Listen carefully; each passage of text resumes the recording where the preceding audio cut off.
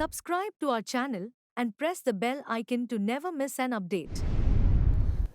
Dear students, today's session is about answer writing.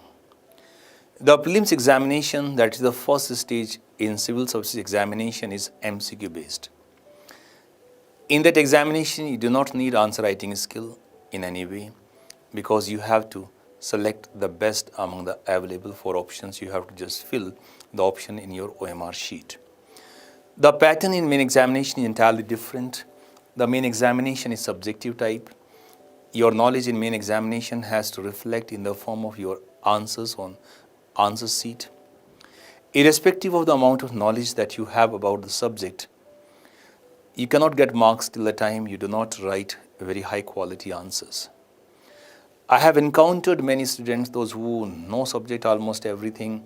They have read many books, they remember each and every point, but when it comes to answer writing, they falter repeatedly. So today's session will help you in understanding the demands of question, how to pick up the points, what should be your language, how to make your answer better among the available candidates, how to use charts, diagrams, your maps, etc. Because your answer has to be better than others, your answer has to be the best answer.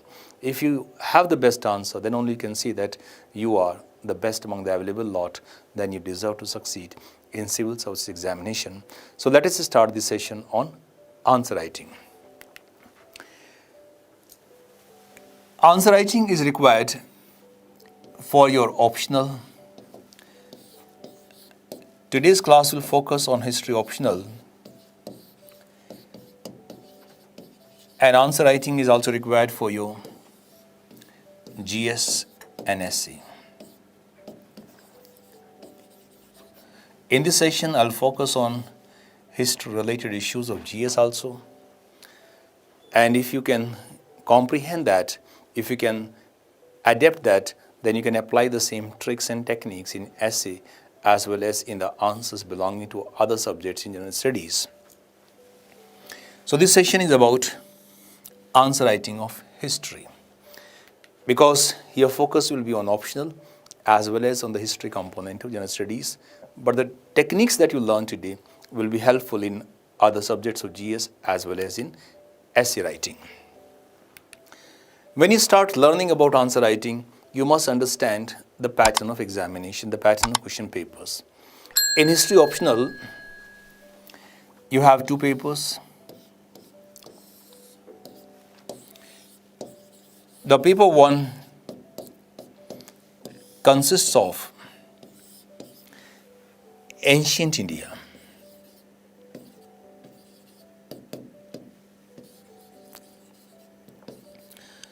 and medieval India. So medieval India or medieval India and ancient India, these are 2 parts of paper 1. In paper 2,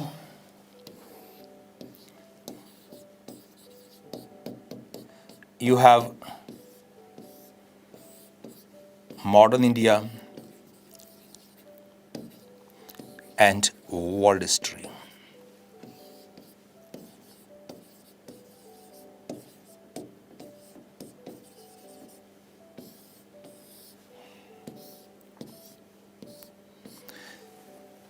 Every paper has 2 sections, section A and section B. So here, ancient India constitutes section A,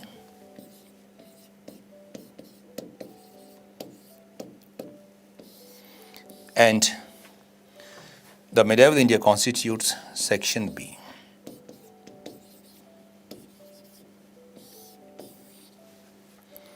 Section A, section B here also similarly.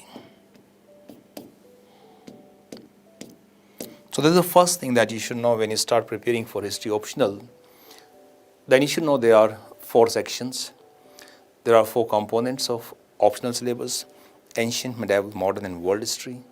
South India will be part of ancient as well as medieval because Vijayanagar, Bahmani would come here. Pallavas, Cholas, Sangam will come here. So question could be in any of the parts. So this is the first step in learning the answer writing skills. What kind of questions are asked? Before moving to the type of questions, let us see one more step here. In ancient India, you have 4 questions. Question number 1, question number 2, question number 3, question number 4. Medieval India, question number 5, question number 6, question number 6, question number 7, and question number 8. Similar is the pattern for paper 2, 1 to 4, section A, 5 to 8, section B.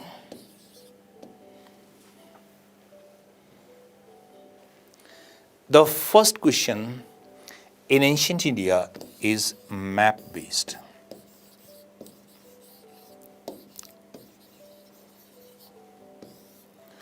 What is the map based question? I will explain in detail after a few minutes. Question number 2 has 3 parts. Question number 3 has 3 parts. Question number 4 has 3 parts. Similarly, there are 3 parts in question number 6, question number 7, question number 8. Question number 5 has 5 parts. So here 5 does not have 3 parts. Here there are 5 parts. In paper 2, the question number 1 has similar 5 parts. Question number 5 has similar 5 parts.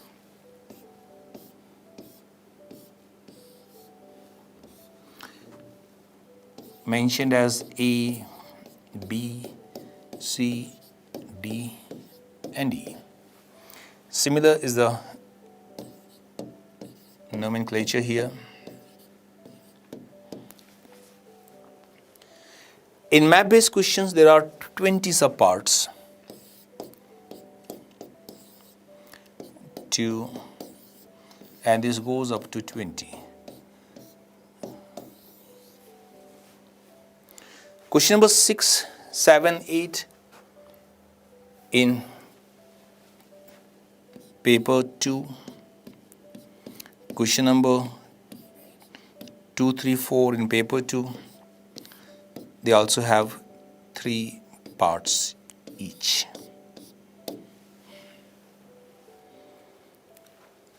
So this is the further breakdown. Now let us see the marking. Every paper here, whether paper 1, whether paper 2,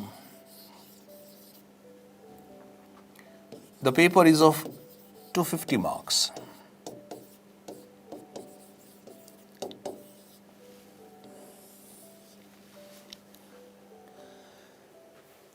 Every paper has 8 questions.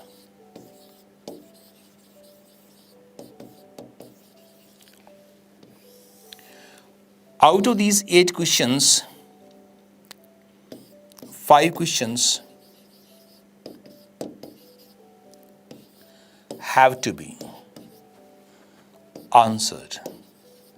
This you have to listen carefully, you have to understand carefully, because every time when I see the test series students, those who have completed their preparation of subject, many of them even have written mains once or twice, they do not really understand which 5 questions are to be attempted. So at times they end up attempting some parts from here. Let's say suppose there are 3 parts, A, B and C. Similarly, there are 3 parts here. So they pick up A from here, B, C from here, and they think that I have done one paper question. That's not the way. So you have to understand carefully the pattern. So 5 questions have to be answered. Some are compulsory. Question number 1 and question number 5 are compulsory. You have no choice but to attempt them. It means out of 5, 2 are done. To attempt the remaining 3 questions, you have to pick up at least one from each section. So there are section or 2 sections here. So from each section you have to pick up at least one question. Look at here. So one from section A over and above question number 1. One from section B over and above question number 5. Now for example, if you decide to attempt, let's say question number 2 here and question number 7 here. Any question you can attempt, that's not a problem. You have sorted out 4. 1, 2, 5, 7. You have to attempt 5 out of the 8 questions. The question number 5 or the 5th question, you can pick up from any of the sections. So 5th question can be from any of the sections. This could be from section A or section B.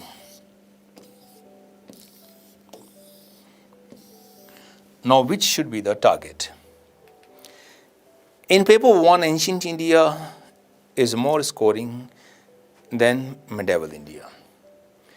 Ancient India is relatively difficult than medieval India. In paper 2, world history is relatively difficult, relatively more scoring than modern India. So when you start your preparation, you need to focus more on ancient India in paper 1 and more on world history in paper 2, because these are difficult areas. Questions from these sections are going to be attempted by less number of students.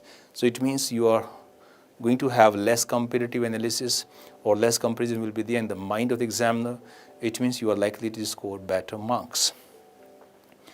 So you have to invest full energy in medieval also. I'm not saying you leave modern also. You have to devote full energy. But if we have to say which one should be focused more, ancient should be focused more, and the world history should be focused more in paper 2.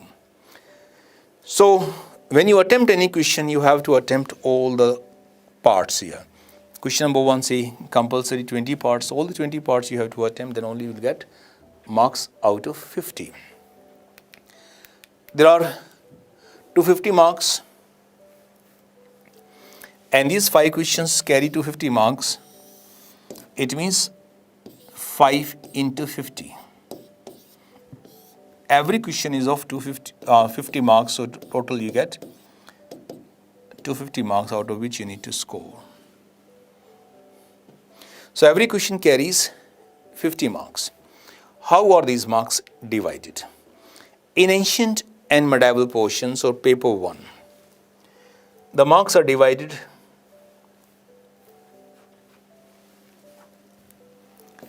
or the questions are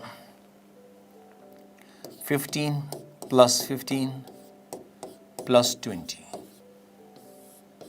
So 3 subparts, 15, 15, 20, 15, 15, 20, 15, 15, 20. Similarly here 15, 15, 20.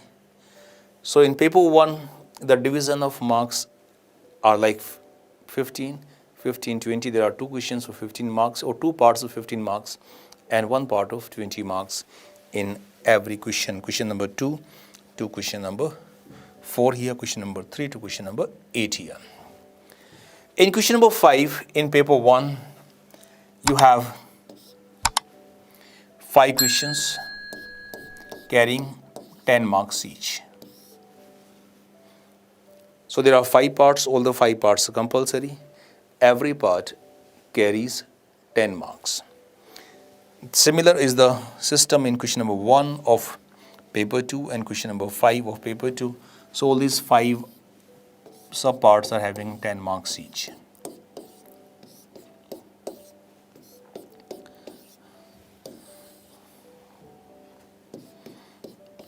That is how you make 50.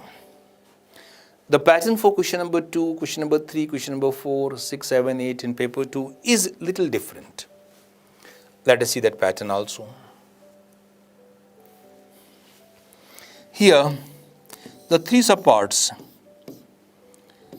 A, B and C have 20, 20 and 10 marks. So it's not 15, 15, 20, it is 20, 20, 10. So 20, 20, 10 for 2, same for 3, same for 4, same for 6, 7, 8. 1 and 5 have 5 subparts. Every subpart carries 10 marks. So this is a breakdown of your markings for every question. So you have 250 marks in each paper, and combined together you have 2 papers. So optional carries 250 into 2, 500 marks.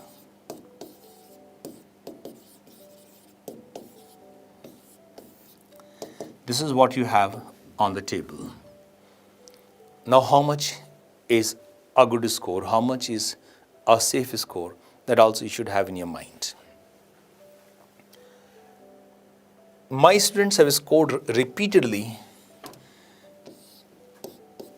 between 310 to 340. So there are students, those who get 340. There are students, those who get 310, 320s. There are many. There are 330s. There are many. Average scoring in history optional is around 280 to 290. This is what an average student scores. Average means somebody who has prepared well, but is not the best prepared, is not the best practiced candidate. Your target has to be something around 310 to 320. On a good day, you should reach 340, 350. On a bad day, you should not go below 290.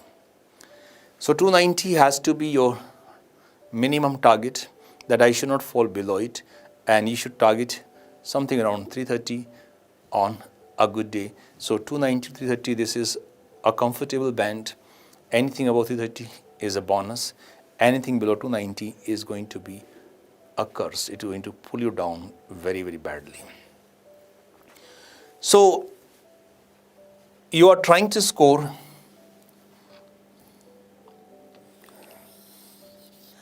something around 65 to 70%.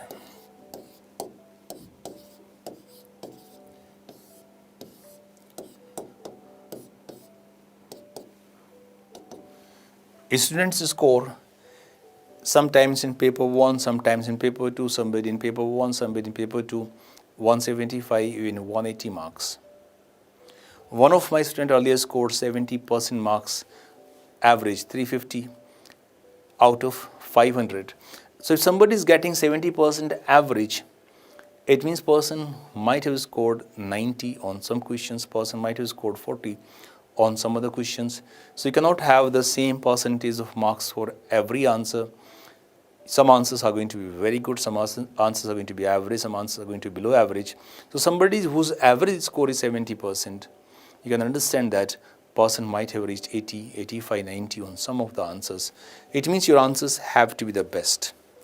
Don't think that, okay, 70% is good enough, 55% marks are scored by the topper overall, including GS, SC and interview.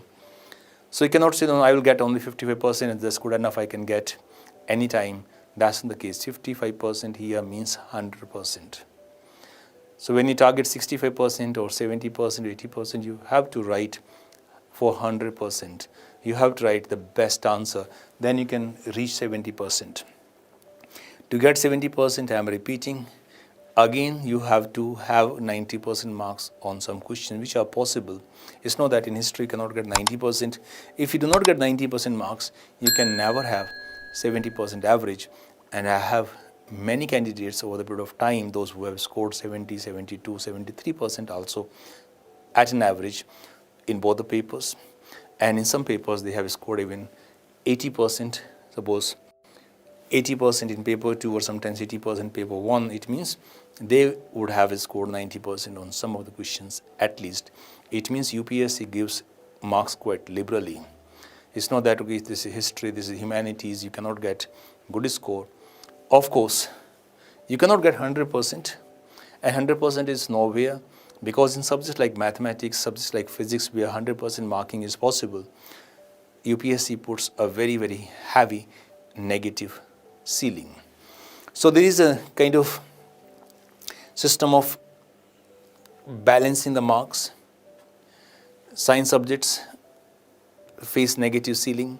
Humanities face either neutral or positive ceiling.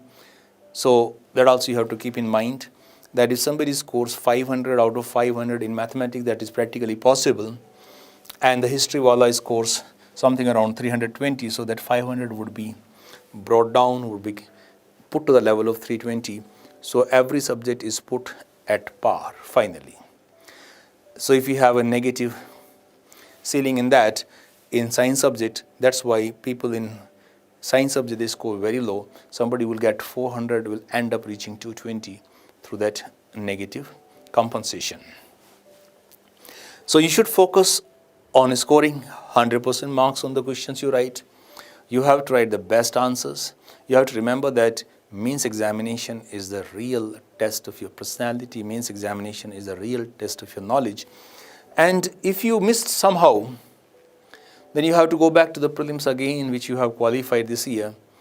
And next year, nobody knows whether you will crack PT or not. So once you have the opportunity to write main exam, you have to put your best effort. You have to ensure that you get best marks. And best marks, you have to calculate, see how many questions are there, which you have to attempt. 20 here, 20 subparts, plus 5 here, 25. 9 subparts for the other 3 questions.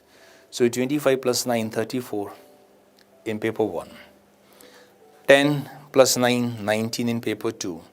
So even if you remove these 22, let's say make them 5, like question number 5, question number 1, question number 5 there. So 5, 5, 10 plus 19, 9, 19. You have 10 plus 9, 19, 19 plus 19, 38 questions. So you have 38 questions at your disposal. Now try to score half mark extra on every question, which is not a very difficult task. Half mark you can get extra just by writing few points, by incorporating few maps, few charts, by underlining the keywords, by making your language slightly more effective. Half mark. And half everywhere means you are getting 19 marks more than what you would have got earlier in optional. Similarly, there are 20 questions in GS paper, in each paper, and there are subparts there also. So 20 into 4, 80, and you have subparts, you'll have around 120 parts subparts in GS. Target half mark, you'll end up getting 60 to 70 marks extra. And 60 to 70 marks is not the difference between the person who gets the last rank in merit list and somebody who gets the first rank. Almost everyone will be covered in these 60 to 70 marks. So when you write answer, you have to see that, try to incorporate everything that you know, try to meet every demand of the question, because if you get half mark here, half mark in the next question, half mark in the next, you may end up getting 60, 70 marks more. So fight here is for every mark, every half mark, every quarter mark. You cannot just say, okay, let me write whatever best I can do, and then it's up to UPSC. It's not up to UPSC. Everything is up to you. This is your examination. If you write, UPSC will give you marks. UPSC gives marks very, very liberally. So this is about the pattern of examination. You have 2 papers. You have section A, section B. Every section has 4 questions. So all these subparts and 3 parts here, 5 subparts you should know. Whenever you attempt a question, it means you are supposed to attempt all the subparts of that question, then only it is counted. Now somebody says that I will attempt 6, I'll attempt 7, I'll attempt all the 8 questions. And let UPSC select the 5 best out of them. UPSC won't select 5 best out of them. UPSC will accept first 5 questions. So if you have attempted all the 8 questions, UPSC will pick up these 1, 2, 3, 3 because 4 you cannot. And then 5 and 6. Question number 4 that might be the best will be cut down. Similarly, question number 7 or 8 you might have written in the best way. UPSC examiner will simply strike it down. You will not get anything for those answers. So this is the first step in learning how to write the best answer. You must know what is the nature of challenge. And if you understand the challenge, then you can prepare yourself better. You can meet the challenge head on and you can emerge victorious. Now let us see the map-based question. Look at what is mentioned here if you can read it properly. Identify the following places marked on the map supplied to you. Write a short note about 30 words on each of them. On question come answer booklet. Locational hints are given for the places. Every subpart here is carrying 2.5 marks. 2.5 marks, 20 subparts, total 50. Like that you get 20 locational hits. You get these 20 locations marked on the map. Map is of Indian subcontinent. India, Pakistan, Afghanistan, Bangladesh and Myanmar. These are given here. Nepal, Bhutan, all are there. Then you have to identify, for example, if you see any site you can pick up, say here, site number 15 is marked. 15 here says a political and cultural center. Sorry, ancient capital. This is number 15. Ancient capital. So ancient capital is given here. It means you have to find out what is this ancient capital through map practice. We will conduct map-based classes, particularly for these kind of sites. So there are 6 classes in the plan. In those 6 classes, we will discuss each and every site and how to identify and how to write the short descriptive notes also. So you have to identify through the practice. You will get to know that this is simply Srinagar. And once you have Srinagar, you can write about the description of Srinagar. So this is most scoring because every site has 2.5 marks. And you can get 2.5 out of 2.5. There are 20 sites. Out of 20, 18 can be done without much difficulty. Everybody who sits in main examination has at least 15 sites with him or her. And with reasonable level of preparation, you can get 18. And if you get 18 into 2.5, so you reach 45 marks. 45 marks, this is 90%. So the shorter is the question, the more scoring it becomes. So in the map question, you should target at least 85 or 95% of the marks, which are very much possible. Most of the serious candidates, they know each and every site, so they get full 100% marks on the map. And here in the classes, we'll train you enough, we'll give you a lot of practice so that you can get 100% marks on the map-based question. So this is question number 1, that is part of ancient India. Here map-based, 20 subparts. Every site you have to identify, you have to write 30 words about that. And every subpart carries 2.5 marks each. How much to write on your answers or in your answers?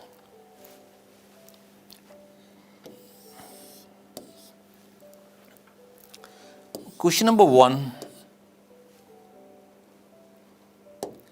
and question number 5. They carry word limits.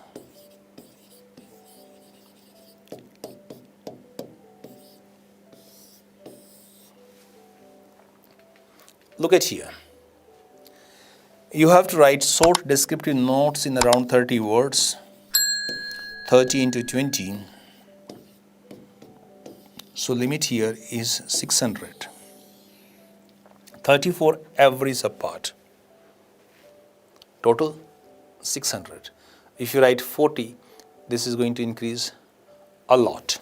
So you have to write something around 30. So 30 could be 25. 30 could be 35. It's not that it has to be exactly 30. The language is about. Sometimes the instruction says not more than. So once the instruction says not more than, you have to limit up to that. You should not write more. If you write more, you could be penalized.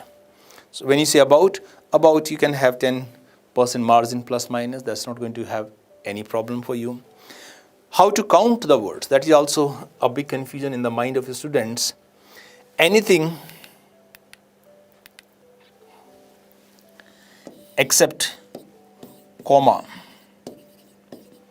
and full stop. So those kind of things you need to leave. If you're writing a, that is one word. If you're writing a continent, continent is one word. If you have a continental revolution, that becomes third word revolution. So is, am, are, a, and the, every letter, every word, this is a word, this is a letter, this is a word also. So every word is going to be counted. So you don't have to have in your mind that a is a very small, is a very commonly used, was will not be counted as words.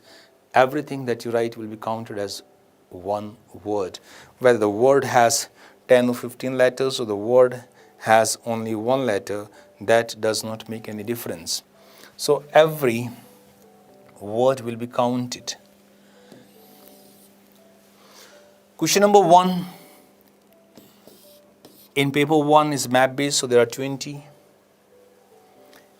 into 30 words. Question number 1 in paper 2 has 5 parts. Similarly, question number 5 in paper 1 and question number 5 in paper 2, these questions have 5 parts. Here, each and every subpart has a word limit.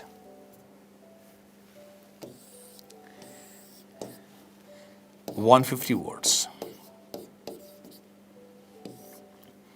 10 marks. Marks are given. Instructions are given clearly.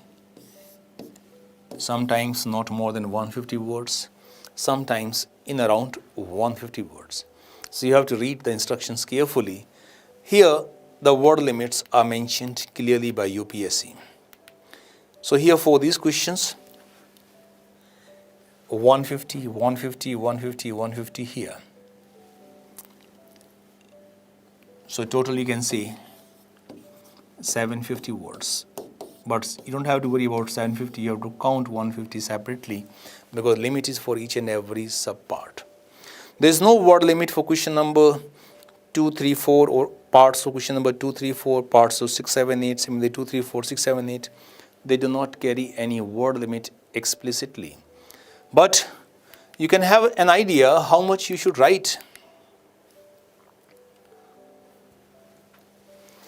So question number 2, question number 3, question number 4, question number 6, question number 7, question number 8, these questions have no explicit word limit.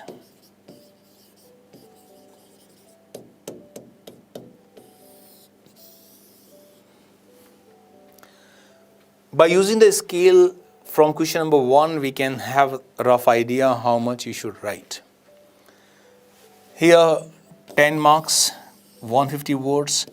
It means you can calculate that 1 mark is equal to 15 words. That is the rough approximate scale. So if you have a question of, say, 15 marks, in paper 1, so you can multiply by 15, total number of words 225. If you have a question of 20 marks, again multiply by 15, total number of words become 300. So there are 3 types of questions in your history optional: 10 markers, 15 markers, 20 markers, and if you want to include map, then 30 words, 2.5 markers. So 2.5, mention 30, leave this is very small. Otherwise, you have 10 markers, you have 15 markers, and you have 20 markers. For 15 and 20 markers, there is no explicit word limit. But by using this skill from question number 1 and question number 5, you can get the rough idea that examiner is likely to look for these many words. If you write 400 words, there is no problem, you will have no punishment. If you write 200 words in place of 300, again you will have no punishment. But you have to meet the demands of your question. In examination, you should not write more, try to write less. Instructions are given on question paper. The instructions say that your answers must be short, crisp, and succinct. So instead of hitting around the bush, your language has to be very direct. That is what we say executive type of language. Executive cannot afford to make stories. You have to give command to your juniors. You have to send reports to your seniors in very, very crisp language, direct to the point in a minimum number of words. So same has to be here. UPSC is basically testing your personality.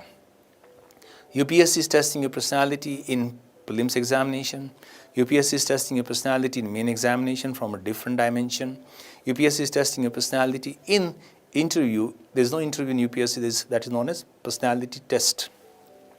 So everywhere it is a test of your personality. Of course, personality carries decision making. Personality carries how do you handle the pressure.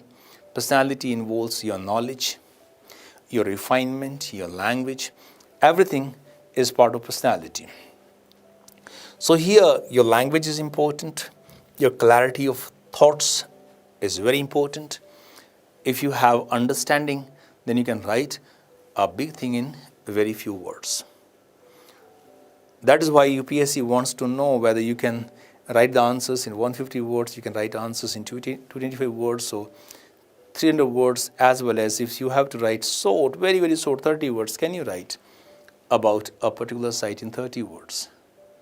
30 words cannot be just one sentence. You have to include 2, 3, 4, or 5 different types of information. So include as many dimensions as possible. Whether question is of 150 words, question is of 300 words, you have to include every possible dimension. Only difference is going to be that of explanation. You need to cut down explanation if question is of short type. You need to add slightly more explanation, slightly more details, slightly more facts if question has more number of words to be written, or you have more freedom in terms of the number of words. So this is about how much you should write. Now something about speed also. Try to count how many words you need to write in paper 1.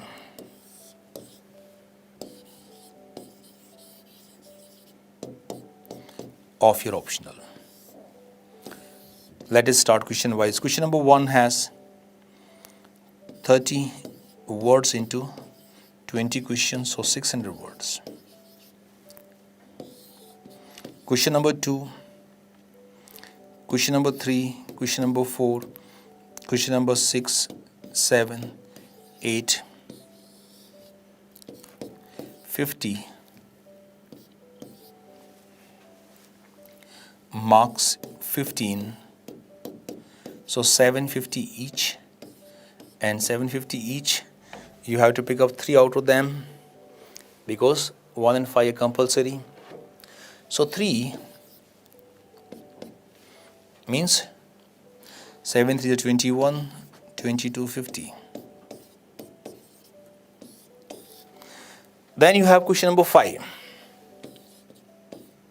Question number 5 has 5 subparts. So 150 into 5, 750.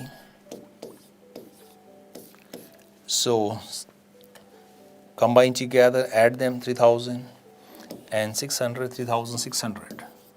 So 3,600 words. Like this you have to plan. You must know how many words you need to write in 3 hours. 3 hours, it means you have 180 minutes at your disposal.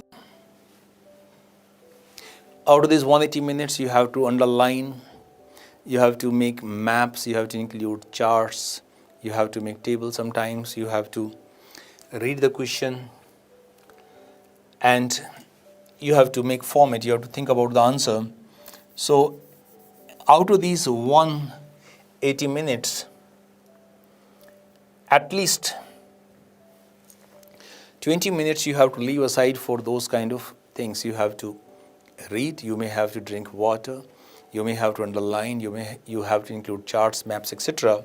So if you leave 20 minutes, you are left with, let's say, 140, or slightly on conservative side, 130 minutes. So 130 minutes that you should keep, 10 minutes at the last you should have with you, so that in case of emergency, you can go through your questions, you can review them. If you need to add some more points here and there, you can add those points. So divide 3,600 with 130. So 13 twos are 26, remaining 10. 100 divided by 13. 13 7 is 91. So around 27, 28 words per minute you have to write. 27 to 28 words per minute.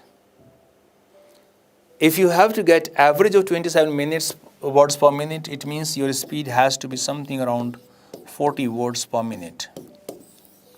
So when you practice answer writing at your home or during test series, during test practice, always have the watch with you. Always try to see how many words you write in, let's say, 10-minute slot.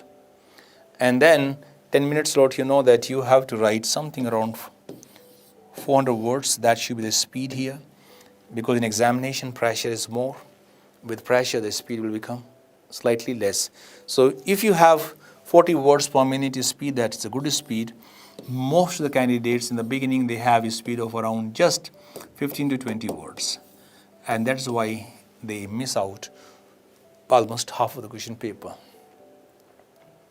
So you have to calculate every minute. You have to ensure that your speed is good. From the very first day, carry a stopwatch, put a stopwatch when you write answer. And that stopwatch will tell you how many words you are writing in 1 minute. That is one thing. Secondly, how to ensure that you are completing your paper, because one common problem every candidate faces is that they cannot complete question paper within these 3 hours. So if you divide 180 minutes by 5 questions you have, you get 36 minutes. 36 minutes you have for every question. Leave something for underlining, review, cosmetic improvement. That's a 32 minute every question. When you start your question number, say for example question number 1, then mark the time. Suppose if time is 9 o'clock, you start, say 9:32, I will have to stop. So when you start writing your answer, look at the watch, put the time on question paper, and put the time which is going to end. So you don't have to write that much. You can simply say 9:32 or simply 32. It means you have to keep in your mind that 9:32, I have to end my question number 1. When you write answers, the first question takes more than 1 hour. Second question will take 45 minutes. Third question will take 40 minutes, and your time is gone. Hardly anything is left out for question number 5. So you can write 3 questions very well. If you push harder, you can write 4 questions, but 5th question is very, very difficult to manage, because for 5th question, hardly 15-20 minutes are left out. In 15-20 minutes, you cannot do justice. Even if you know each and every point about the answer, you cannot do justice. So ensure that you put time on the question when you start writing. If question has 3 parts, there are 3 parts as we just discussed here. You have 10 markers, you have 15 markers, you have 20 markers. Minute wise also we have discussed how many minutes will be there for every mark. That calculation also you should keep in your mind. So how many minutes per mark? You have 20 to 50 marks, 180 minutes, or 36 minutes for 50 marks.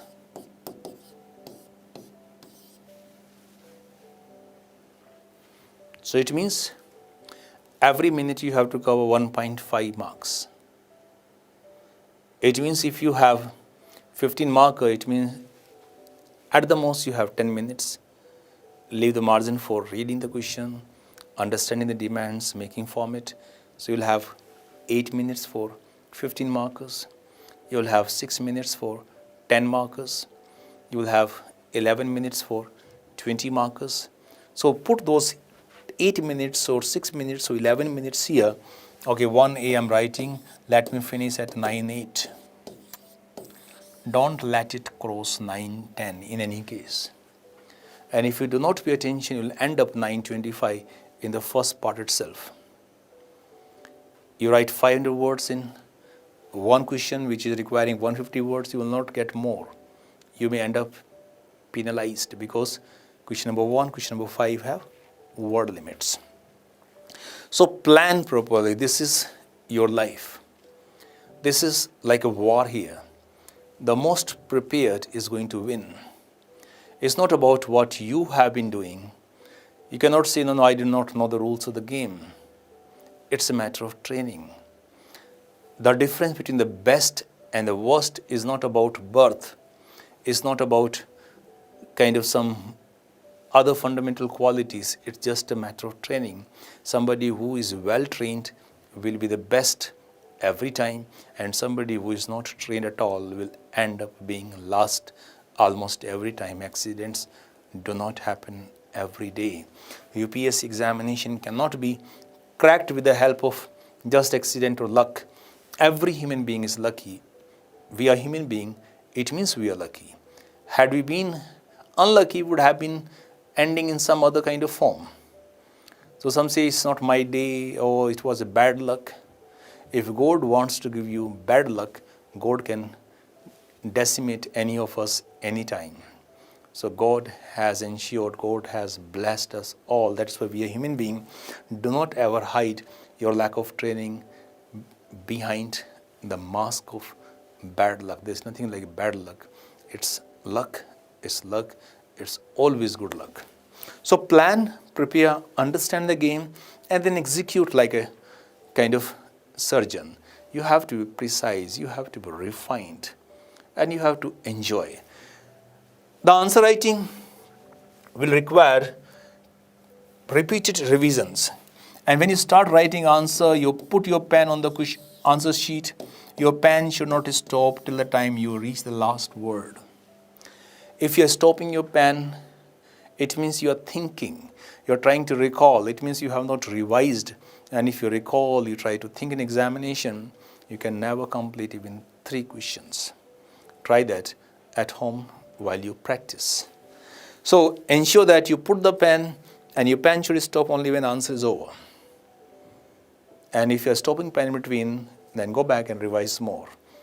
Remember everything. Forget your name. It's okay. Don't forget the point which you need to put in your answer. That is your destiny. That is your destination. Let us move ahead.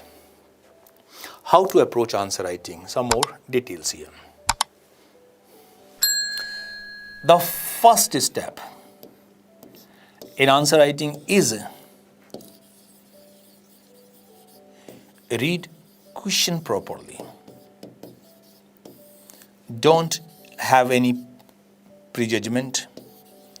Sometimes you read few words and you think that question is the same that you have prepared, and you find demands are different. 50% of the effort in UPSC, 50% of the challenge in UPSC examination is about understanding the demands of question. So read your question properly. Second step, identify the demands of question.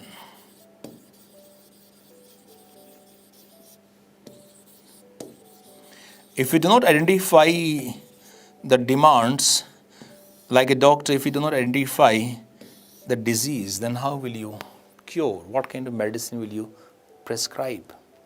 So you have to identify the demands of question, and then next part is allot words to different demands.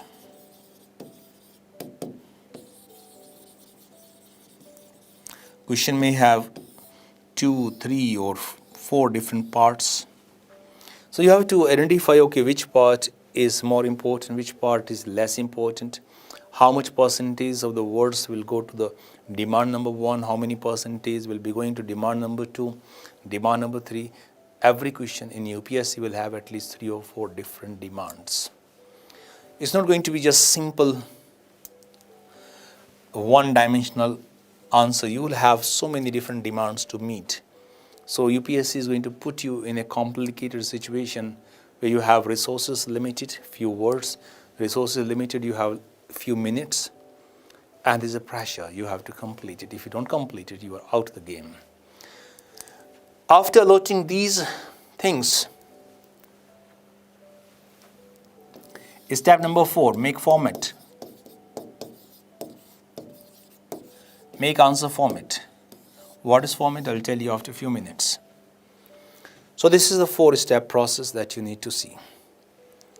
Read the question properly, identify the demands, allot percentage of words which you have at your disposal, make format, execute it. How to identify the key demands of question?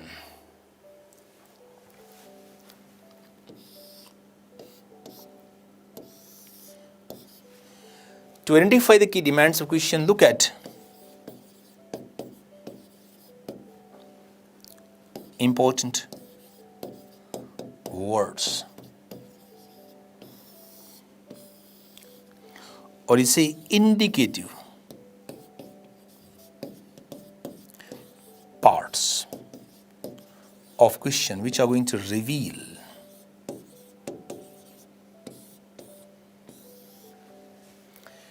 look at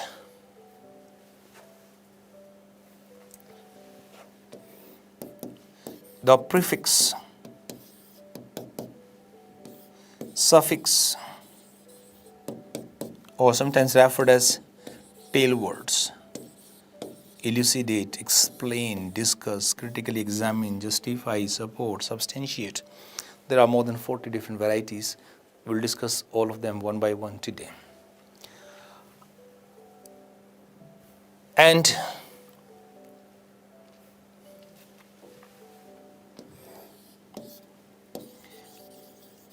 underline keywords.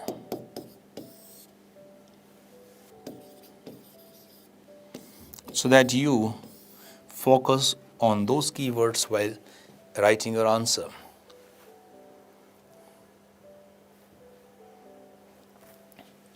Use AQTQ technique. What is the technique? We'll discuss in the next part. So read the question properly. Look at important words and phrases or indicative. Say significance. Say impact. Say critical examination. Prefix, suffix, tail words. Pay attention. The tail words or these prefixes and suffixes are going to indicate where you have to invest your time. The language of your answer will be decided by these tail words, underline keywords, and use AQTQ technique to find out more about the dimensions or demands of question. Look at this question here. This is from modern India. So questions, I have picked up 25-30 different kind of questions from different parts of the syllabus. These questions have been asked by UPSC. Most of these have been asked by UPSC. Few could be new. The moderates emphasize the need for political apprenticeship.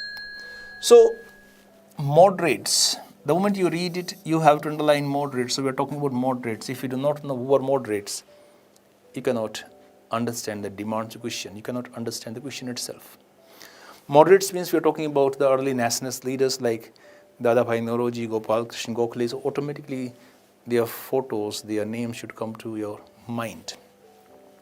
Emphasize the need for political apprenticeship. This is indicative portion. Under the providential guidance of British rule. So providential guidance of British rule. It means the first part of the question is talking about the ideology or the approach of moderates. So what you have learnt about the moderates or what you will be learning about the moderate, that should come to you. The extremists rejected the idea of England's providential mission in India as an illusion. So when you read the word extremist here, again you should get the name of Tilak, Lala Lajpat Rai, Bipin Chandra Pal, Aurobindo Ghosh, those kind of nationalist leaders.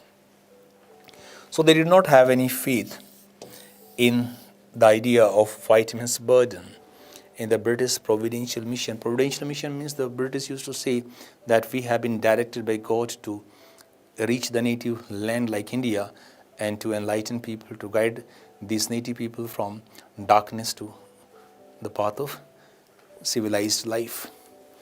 So identify these phrases, indicative words, keywords. Apply AQTQ. What is AQTQ? Full form of AQTQ is asking question to question. A for asking, question to question. So questions in fact.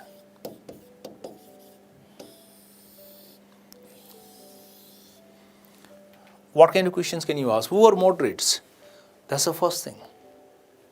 So it means you have to ask yourself, who are moderates? Okay, moderates were those who were liberal, those who believed in constitutional form of agitation, those who believed in petition, prayer and memorandum.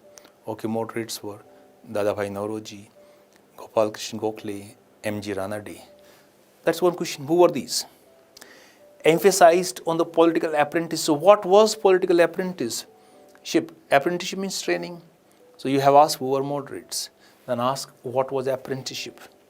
That by working with British rule, we'll get the training in administration, in judiciary, in economy. Providential guidance of British rule. So you have to ask what is the meaning of providential guidance of British rule. So AQTQ you have to use to find out demands like who, what, when, where, how.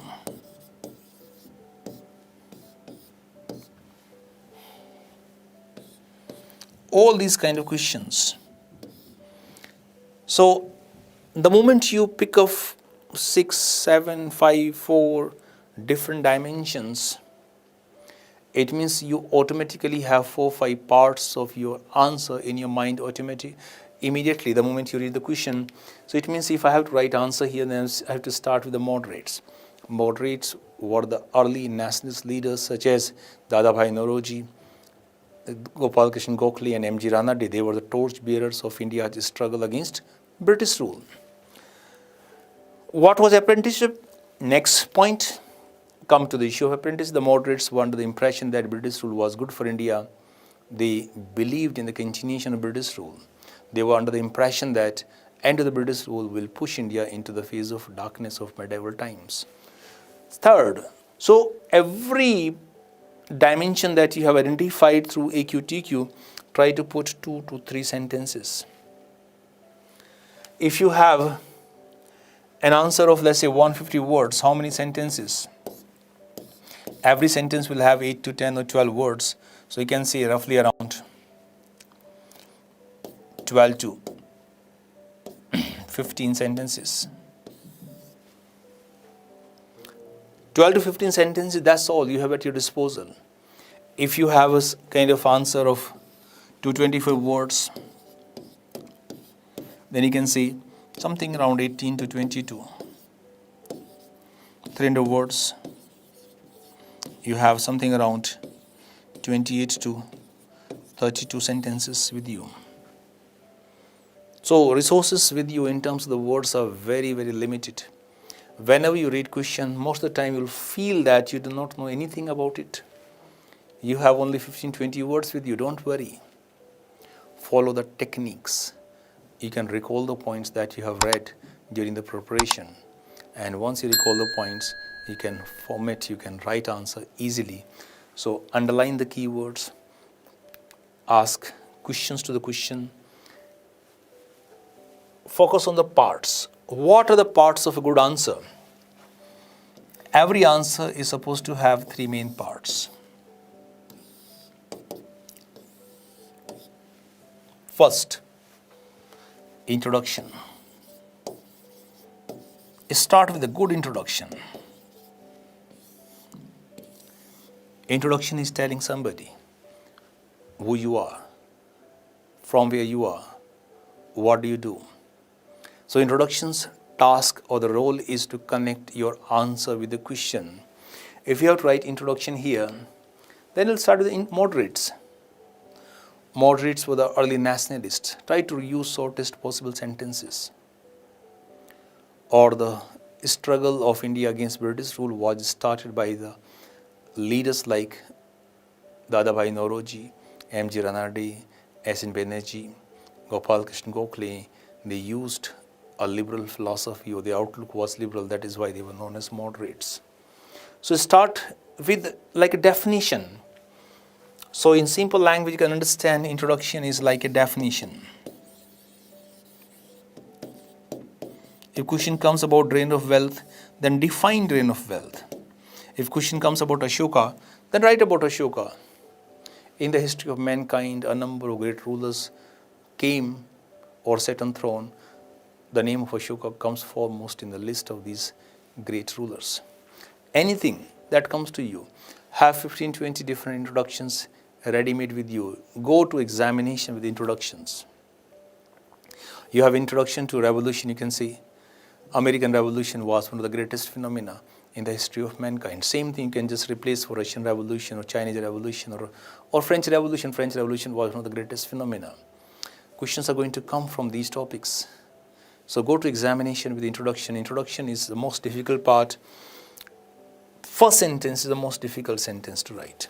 If you go to examination with introduction in your pocket, you won't have to think. You can start first sentence easily.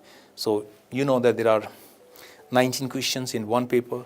So go with 25 introductions. Use a different introduction in every question. Make answers very kind of colorful. Have diversity. Poverty is the worst thing that could happen to anybody. Don't behave like a poor fellow in examination that you do not have introduction, you do not have variety. Exhibit variety. Reveal your richness. So introduction is the first part. Second part is the main body.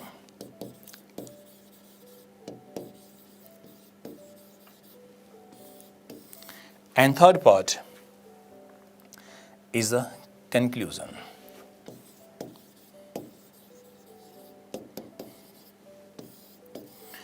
Conclusion could be a way forward. NGS answers have to end with a positive note. Way forward. What's a better way further?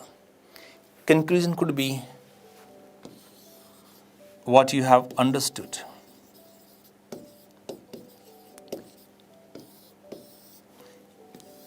Conclusion could be agreement that you accept it. Conclusion could be rejection.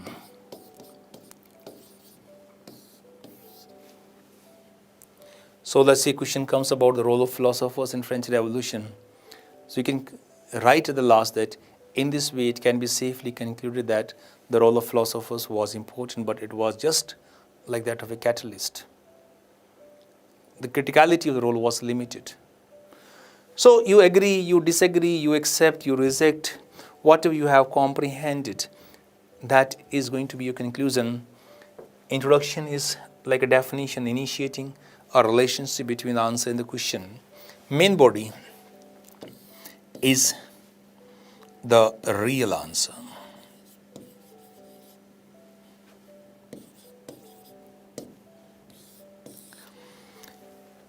Now divide the number of words for your introduction.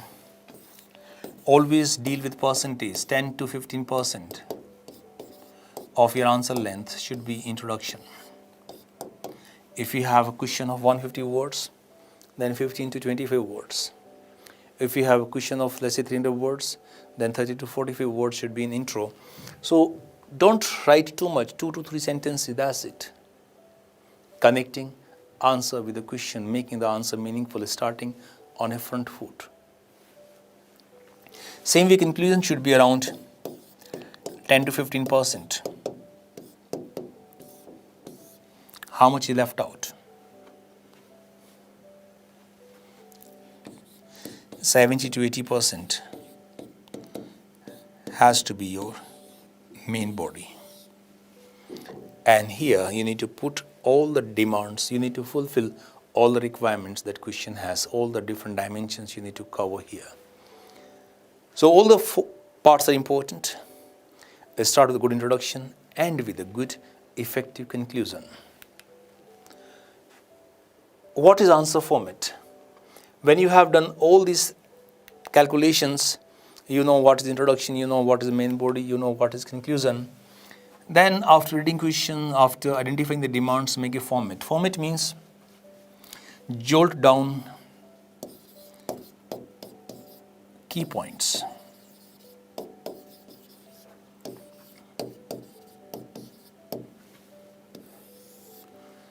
Of your answer.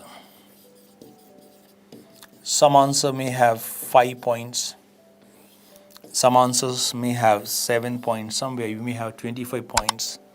So jolt down the key points at the last part of your answer, somewhere in the rough page, on the question which you are not going to attempt while writing at your home, while attempting the questions in test series.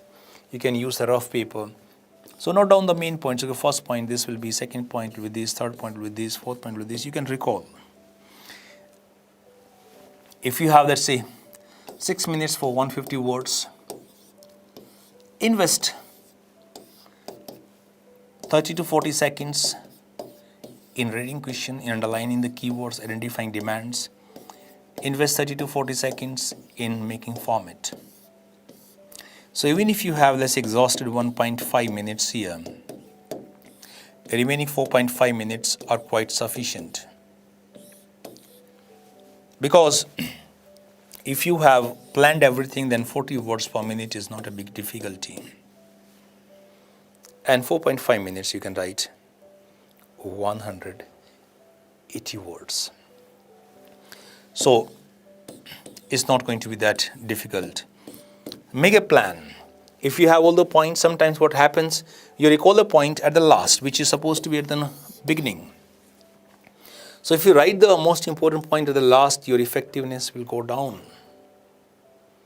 By making the format, you understand, okay, this is important, this is less important, this is most important. Then you can arrange accordingly and then execute these points in the form of your answer. So by making format, you make your answer more effective. You improve the planning in a big way.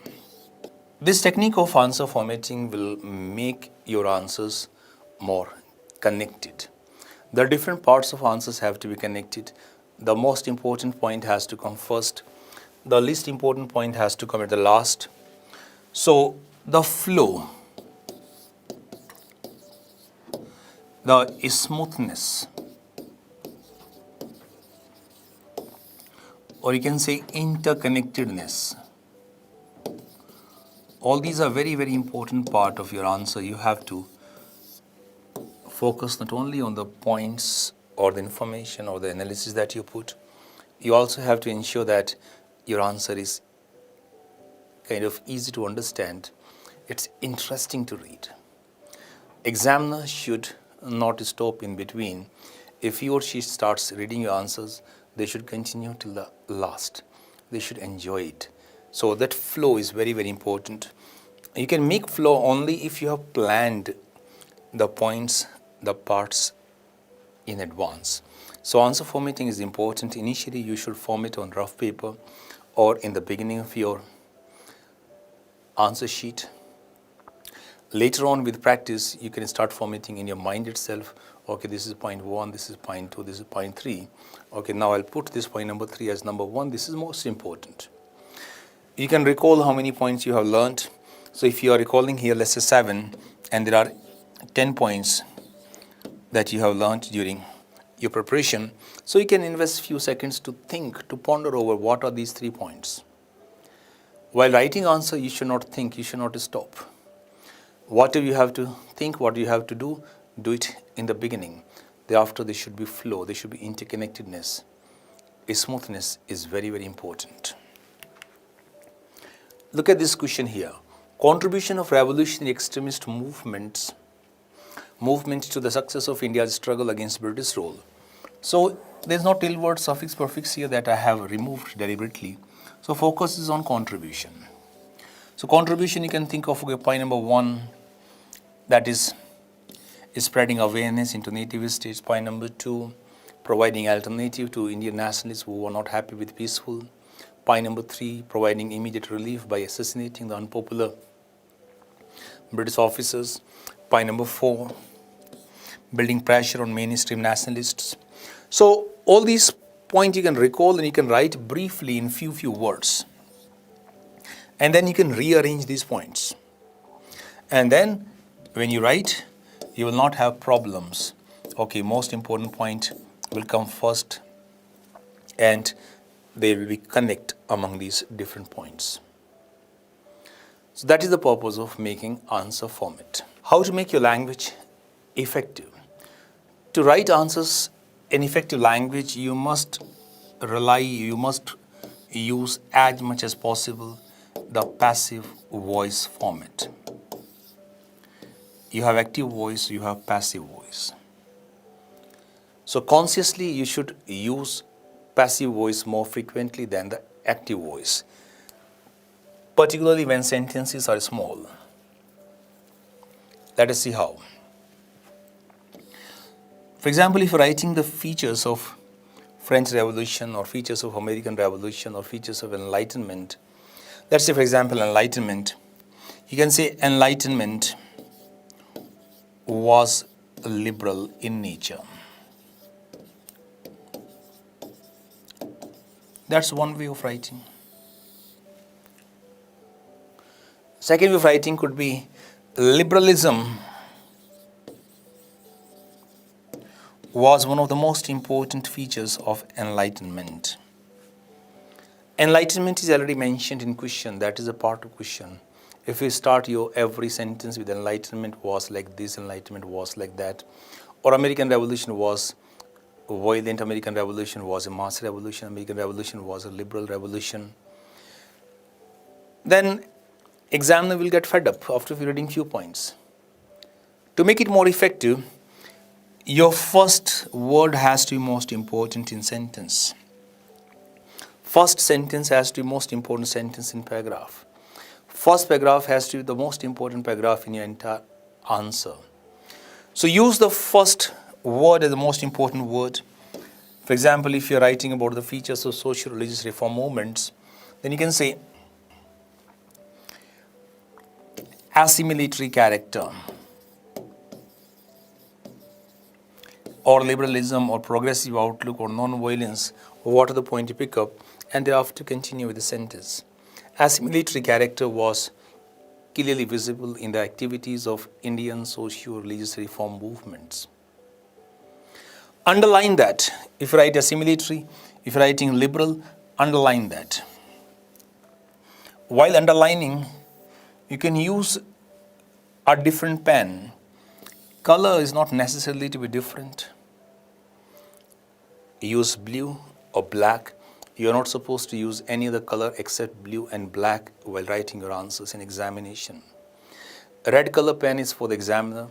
Green color pen is always used by the head of the department. So no green color, no red color, no other fancy color. You have to use blue or black color pen in your examination. So if you're using blue for writing, black you can use for underlining.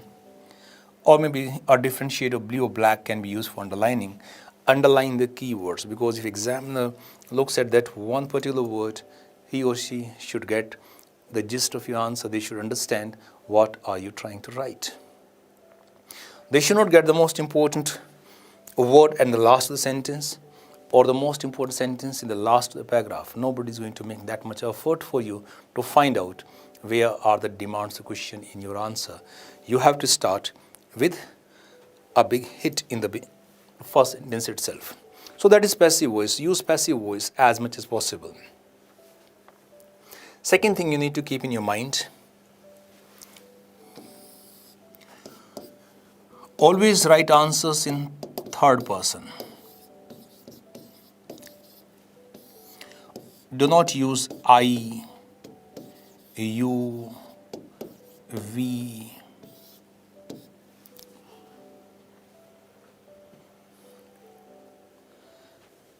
Third person. So without using I, you, don't start your answers with yes or no. Question is saying, do you agree? You start with yes, I agree. That's not the way to write. You have to present your arguments, and then your agreement or disagreement must be reflected in the last. So start analyzing, start examining point by point, and conclude in the last whether you agree or you disagree. So avoid first person, avoid second person, use third person language always, use passive voice. Do not start with yes or no. Do not reveal your cards in the beginning itself. Your understanding must be reflected through your arguments, through your evidences, and then conclusion should be to indicate whether you have accepted or you have rejected, whether you accept in degrees or you reject the answer or the issue raised in question in degrees. When to use headings and subheadings. Sometimes questions have 2, 3 or more parts. So when questions have multiple parts,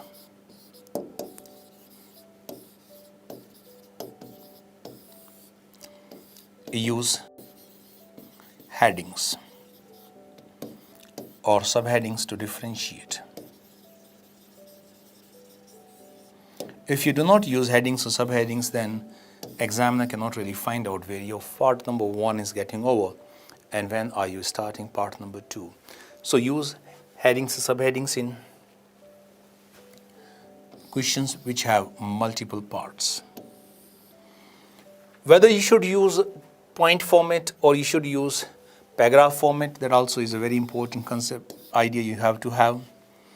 So a mix of paragraph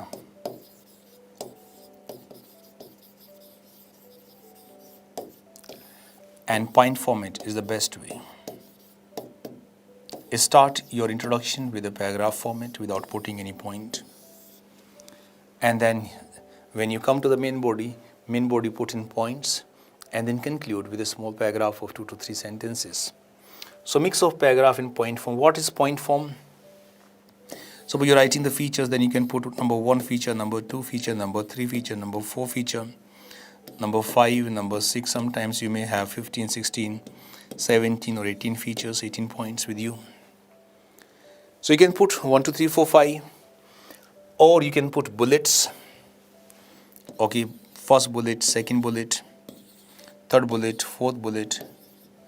As per your kind of understanding, as per your feeling, you have to use. The moment you put bullets or you put point numbers, you make your answer discrete. It's easy to comprehend. In GS answers, you must always use points or bullets as much as possible. In optional, you can use paragraphs, but in GS, paragraphs should be avoided because GS answers are not checked by the expert of the subject. They are checked by somebody who has a model answer format in front of him or her.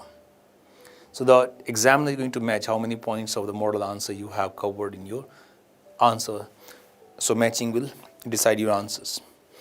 Optional papers are checked by the subject expert. So even if you do not use the points, you use paragraph, the examiner can understand, okay, whether you have the understanding of the subject or not. But try to use points as much as possible. You can use 1, 2, 3, 4, or you can use bullets. So mix of both. Second thing you need to keep in your mind that all the points you need to cover, whether the answer is of 150 words, whether it is of 225 words, all the points have to be included. As I told you in the beginning, cut down explanation, cut down supporting evidence, but include the points, include the key words, say liberal, progressive. Your language has to be technical language, mature language.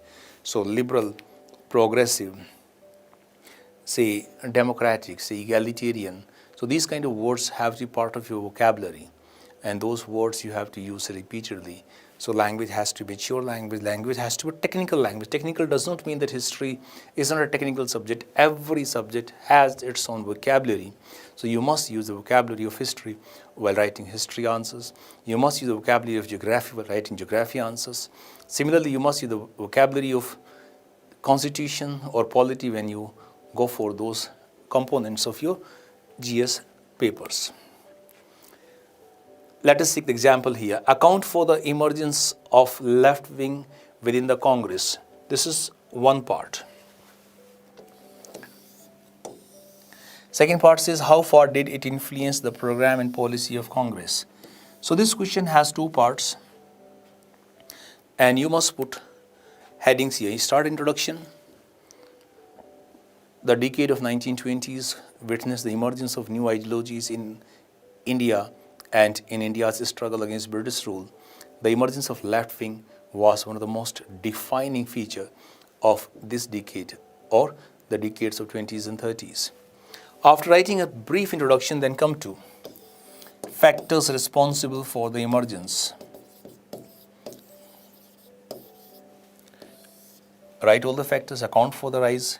What account means? Tell us what were the factors responsible. Why did left wing emerge in Congress during 1920s, 30s? And then after completing that, come to the part number 2 or the second part of the demand. How far did influence? So influence, or you can say impact of emergence of left wing on Congress. Then you can write all the dimensions of impact one by one.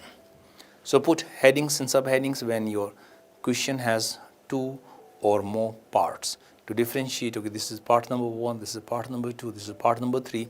At times you may have even 4 or 5 parts in your answer or as per the demand of your question.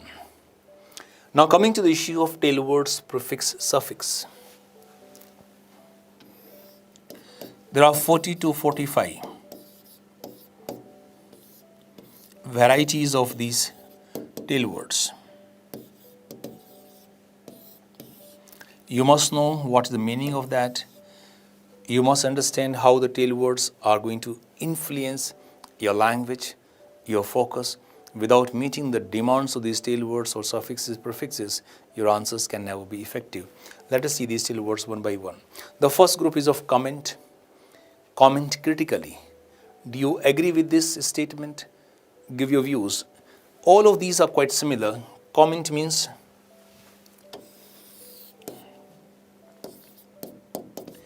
give your views, or what do you think of?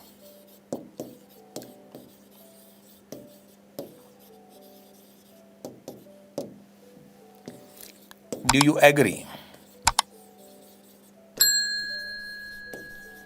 Do you disagree? In simple language, you have to express your opinion. Now, this opinion is not your personal opinion. Okay, I have been taught Mahatma Gandhi was a great leader. He is the father of the nation. He played the most important role in India's struggle against British rule. And then you say, no, I know privately Gandhi was not a person of morality. He was something bad, or people have written very, very wrong things about him. So don't put your private idea, something that you have read on WhatsApp or Facebook or Twitter. That is not supposed to be your opinion. It's not your personal opinion. Of course, your personal opinion and your professional opinion both have to be the same. But at times, if they are not the same, keep your personal opinion personal, private. Don't discuss that with anybody. In public life, you have to have a mature opinion. An opinion here means a standard, a valid, accepted by most.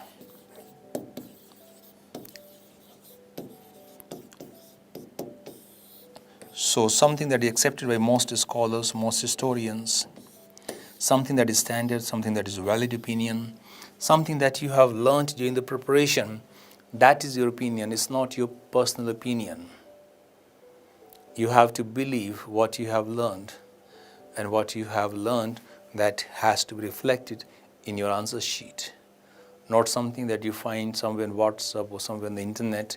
Internet is not going to give you guarantee that what you read is right or wrong, it's factually correct or it's incorrect. Internet is just a sum total of information.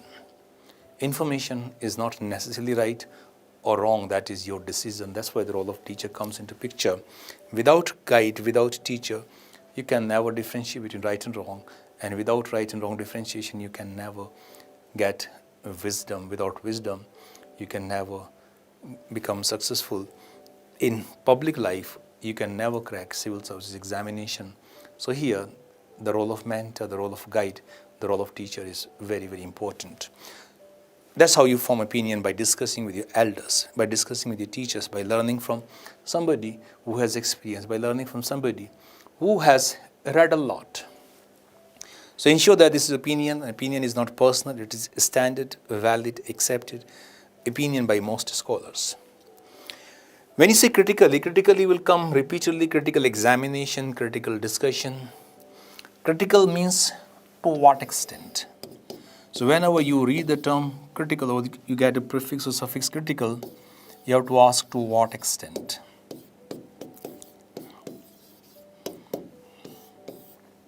So you have to operate in degrees.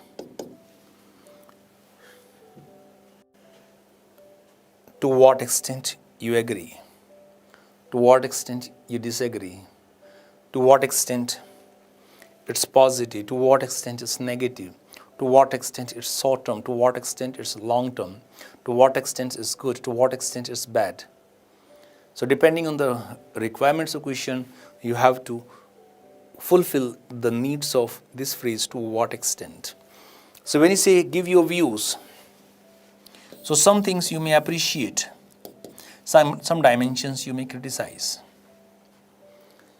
You may say, okay, this particular portion was good, or this particular policy of Gandhiji was good, but this policy was not that good.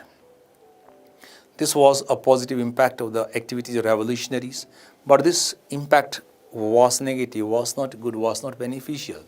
So you have to operate in degrees. You cannot have a blatant kind of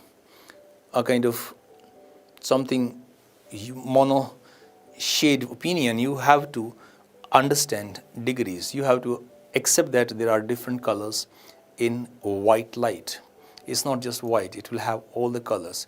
So you have to identify those different colors of agreement, of disagreement, of positives or negatives, short term, long term, good, bad, when you are asked to look critically. In UPSC examination, critical understanding is the key to success. You have to reflect your critical understanding. It means you have to look at positives, you have to look at negatives, you have to have a positive orientation But that does not mean that you close your eyes from the limitations of anything. So critical means to what extent, that you have to understand. Writings of philosophers had tremendous influence on the minds of people. This is an example of question which has a tail word of comment. Look at the question again. The writings of philosophers, this question is about French Revolution, had tremendous influence on the minds of people and created a revolutionary awakening in their minds and formed the intellectual creed of revolution. Comment. So give your opinion. It means write about the role of philosophers and write about their impact on the common Frenchman in spreading awareness. And then you can link that awareness with the outbreak of revolution. He is not talking about critical. This is question based on critical comment. If there would have been no Rousseau, there would have been no revolution. Comment critically. So once you have to comment critically, it means to what extent it is right to say, to what extent you agree, to what extent you disagree, that becomes important. And this extent could be 0 versus 100. This extent could be 40 versus 60. Okay, 60% good, 40% not good, or 70% not good, 30% good. So you have to operate now degrees. So you have to say that philosophers like Rousseau played a very important role. But their role was that of a catalyst. Their role was indirect and remote. A revolution could have taken place in France even without these philosophers, maybe at a later date. So they brought the day of revolution nearer. So that's how you have to deal with critical comment, critical dimension of your question. Look at the third example here. The French Revolution of 1789 was not initiated by philosophers but by the mistakes of monarchy and the prevailing conditions. Do you agree with this statement? Pattern is similar. Give your views. So you may agree, you may disagree, but don't start your answer, yes, I agree. It's done. That's not the reflection of your knowledge. Don't write, yes, no, I don't agree. And that's over. I've written, I don't agree. I don't need to write further. This is not about yes or no. This is about your understanding. So express your agreement partially, fully, on the basis of arguments, on the basis of evidences. Look at the next variety of prefixes. Discuss. Discuss critically. Discuss means different views. If you have different views, you can discuss. Discuss means different factors. Discuss the role of different factors. So which factor was responsible to what extent? Discuss the impact. So different dimensions. So when you are discussing, you are looking at different dimensions, basically. Dimensions of impact, dimensions of consequences, dimensions of factors, dimensions of immediate circumstances, dimensions of long-term circumstances. So there have to be multiple issues. And then you discuss, this is more important, this is important, this is less important. When you have discussion, you may conclude that, okay, this particular factor was more important or most important among these. And you may not conclude. So discussion means there are divergencies. And those divergencies you need to put in your answer. If you have only one dimension, you cannot discuss one dimension. So discussion will include multiple dimensions. All those things you need to write here when you discuss. And when you discuss critically, those different dimensions you have to highlight in terms of degrees. This factor was more important, this factor was least important. This impact was on social life, this impact was on economic life, this impact was on America, this impact was on the remaining part of the world. Depending on the needs of question, there will be divergencies. Look at here, discuss the economic and ideological significance. So, discussing what is economic significance. Economic significance could be for agriculture, for industries, for trade, for taxation, for currency. Ideological, positive, negative, liberal, progressive, egalitarian, based on fraternity, based on constitutional values. What are the different ideologies? Write that. Different dimension economy, write that. So different issues you need to highlight when you discuss. Discuss critically the causes. Again, different causes of French Revolution you need to write here. Social causes, economic causes, political causes, religious causes, role of philosophers, role of American Revolution, all those causes you need to write here. So when you discuss something, you'll have different dimensions. Amplify, elaborate. This is the next category. Amplify means make it bigger.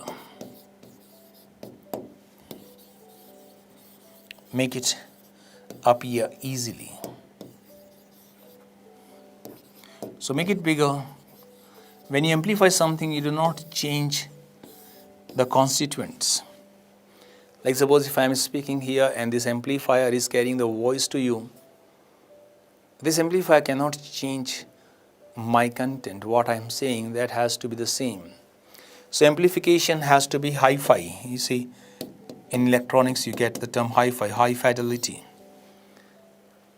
It should represent the true picture, the original picture. It means make it bigger by highlighting the different dimensions which may not be visible to a layman.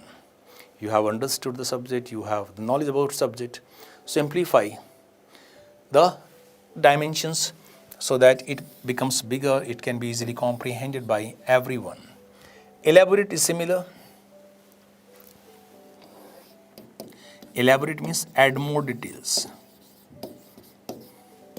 You amplify, but by adding more details. In amplification, you don't add details. You make the available details bigger by providing more information. Here you add more details, elaborate. Look at the questions here. At different periods, at different levels, the national movement assumed social, cultural, economic dimensions. So what are these economic dimensions which are not visible to a layman? You need to write here. How Swadeshi, boycott, how indigenous industries, indigenous education, all these things were highlighted. Social, Hindu-Muslim unity, upliftment of women, cultural, nationalist music, nationalist painting, nationalist education, nationalist literature, all those things. So cultural, and so many things are hidden here which are not visible to a layman. You have learned the subject, you know what were these cultural dimensions. Please make them visible to me. So amplify it, make it bigger so that I could see these hidden things. That's the meaning of amplification. Look at elaborate here. Nehru's temples of modern India consisted not only of steel and power plants, irrigation dams, but included institutions of higher learning, particularly in the scientific field. Elaborate. So add more details.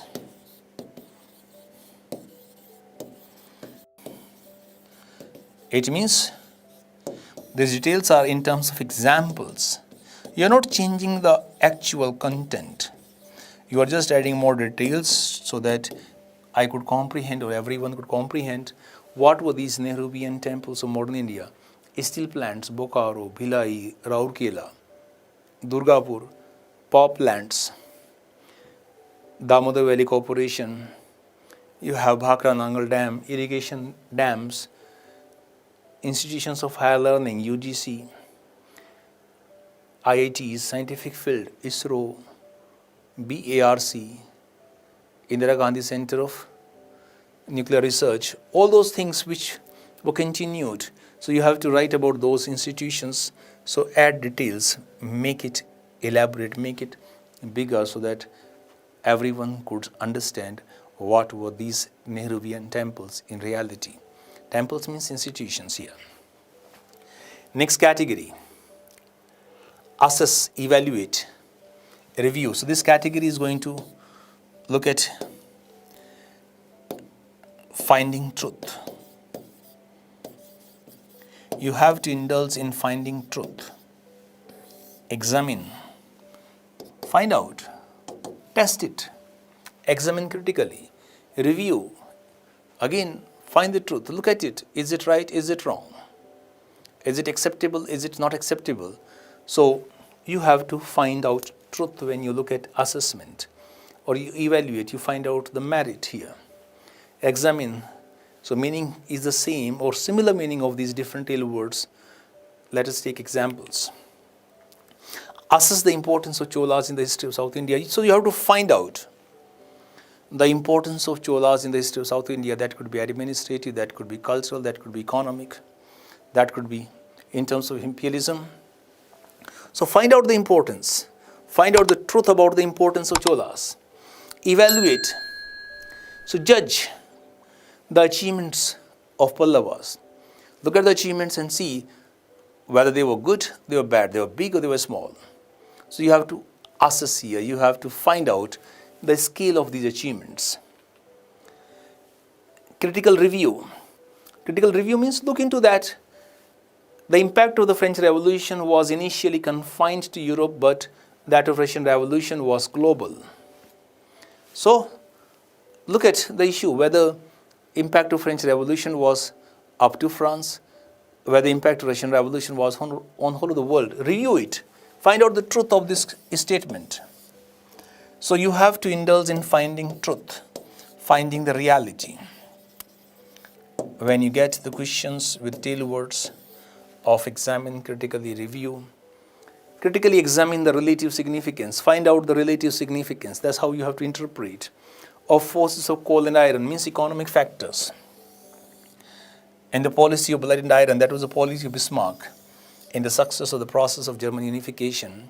So to what extent economic factors were important, to what extent Bismarckian radical nationalism was important, you have to find out the degree of this truth. So examine, find out. Look at this. Analyze, analyze critically. Analyze means look at different dimensions. In terms of significance, sometimes could be in terms of features,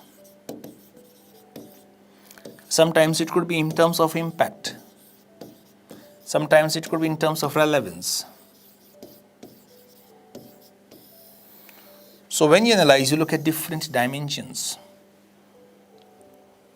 in terms of these. Analyze critically to what extent? So critically always to what extent?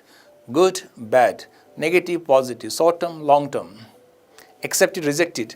So here to what extent it was significant, to what extent features, all these things. Look at the example here. Assess the causes, analyze the causes of Russian Revolution of 1917.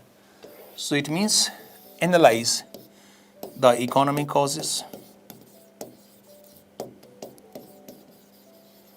analyze the political causes,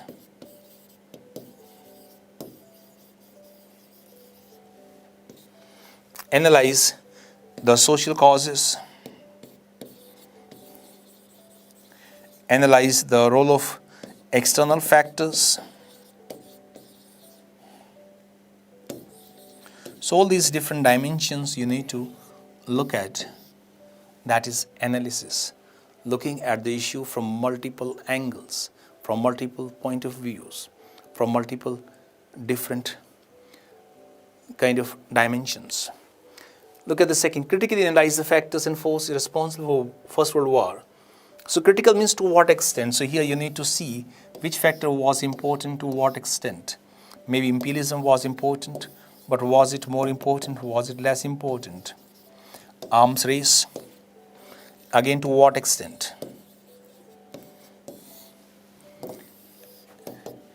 Alliances, military alliances to what extent? Radical nationalism to what extent?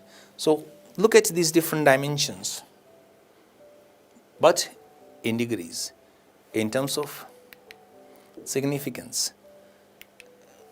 So causes in terms of significance here, factors in terms of significance here, significance of these factors that you have to look at when you analyze.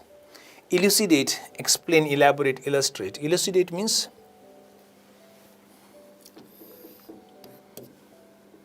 Make it simpler.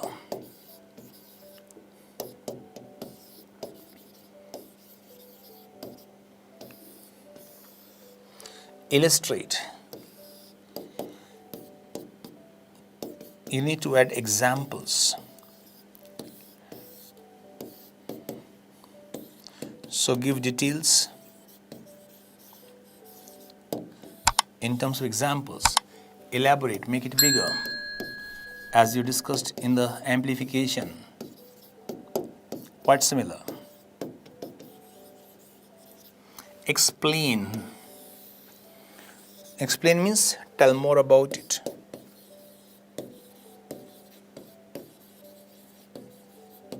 So all of these are similar to explain. Explain in simple language, that is elucidate. Your language has to be simple, simplest possible terms. Simplicity requires very, very high level of knowledge, very, very high level of clarity. So show your knowledge. Explain in simpler language. Explain with examples. So tell more about this issue, but with the help of examples. Make it bigger by adding more details. Look at the example here. The American Revolution was essentially an economic conflict between American capitalism and British mercantilism. Elucidate. So here, tell us more about this issue. Question is not asking whether you agree or you disagree, whether this is right or this is wrong. It's saying tell us more. What was American capitalism? What was British mercantilism? And how both of those forces resulted in outbreak of American Revolution or commencement of American War of Independence. Look at the next example. American War of Independence inaugurated the age of revolutions. Explain. It means give examples. How American War of Independence resulted in different revolutions. So show the link and give examples. In many ways, Lord Dalhousie was the founder of modern India. Elaborate. So tell us about the works of Lord Dalhousie. Those works in terms of railways, telegraph, in terms of political unification, in terms of social reforms. Those things you need to write here to indicate that Dalhousie was the founder of modern India in many ways. Look at the next example. Do you think that the economic measures introduced by the Sultanate rulers were beneficial to the common people as well? Illustrate. So whatever you say, they were beneficial, tell me examples. They were not beneficial, tell me with example. So provide details with examples, that is illustrate. Justify, support, substantiate. In these kind of questions, you have to find supporting evidence. Supporting evidence, you have to prove it right. You have to give proof, and that is not contrarian proof, but supporting proof. So proof in support. Justify. Tell me why it is right. Prove it that you can support it. Don't oppose it, support it, substantiate it. So give details so that I could understand that you agree with this. Look at the example. Justify Pliny's statement that Rome was being drained out of its gold by India. So this is a question in terms of ancient India, the post-modern period when Indo-Roman trade was highly developed and huge amount of Roman wealth was moving into India because India was exporting kind of primary and secondary goods to Roman world. So justify. Tell me what was export. Tell me what was import. And that justification should reveal that Roman gold was moving into India. Indian primary and secondary products were going there. How justified are we? So critical comment kind of stuff here. In characterizing post-modern 5 centuries as dark age. So to what extent it can be accepted? To what extent it's not acceptable? That you have to give reasons, provide evidence. So justification, whether degrees or absolute, you have to justify with the help of evidence, corroboration or support. The Charter Act of 1833 rung down the curtain on the company's trade and introduced a new concept to government in India. Substantiate, provide the supporting evidence. How Charter Act of 1833 brought the curtains down on companies' existence or companies' monopoly. So when you say substantiate, you have no other option but to support it. You cannot say, no, it's not right. It is right, and provide evidence in support of that. Highlight, throw light. So when you highlight something, when you throw light something, make it visible.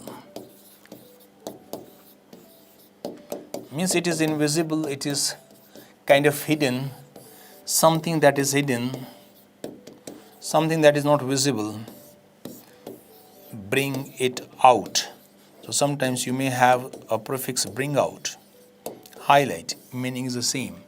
Look at examples. Highlight the achievements of Guptas. So bring out the achievements. So the achievements of Guptas in literature, science and mathematics, or technology here. Throw light on the land revenue system. So tell us about different parts, causes, the features, the positives, negatives of land revenue system. What were the different systems? This is Mashahat system or Batai system or Ijardari system. Tell me about different land revenue systems. Critical and comparative account. So compare two or more things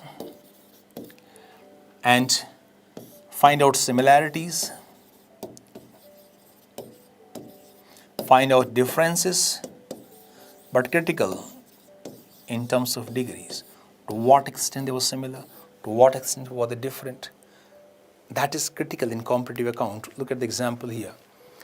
Furnish a critical and comparative account of various schools of art. So Mathura School of Art, Gandhara School of Art, Amravati School of Art. These schools of art flourished in India during post-Mauryan period. To what extent they were similar, to what extent they were differences, they were different. So put all those dimensions. Short essay. So essay means write about causes, write about impact, write about kind of other details. So when you write essay, you meet the needs of when, what, how, by whom, impact, positive, negative. So essay will include all these things without being judgmental. Write a short essay on the development of literature during Mughal period. So write about the literature. Literature means Persian literature, Turkish literature, Hindi Sanskrit literature, by court or by private. All these things you need to add here. Write everything that you know, that is essay.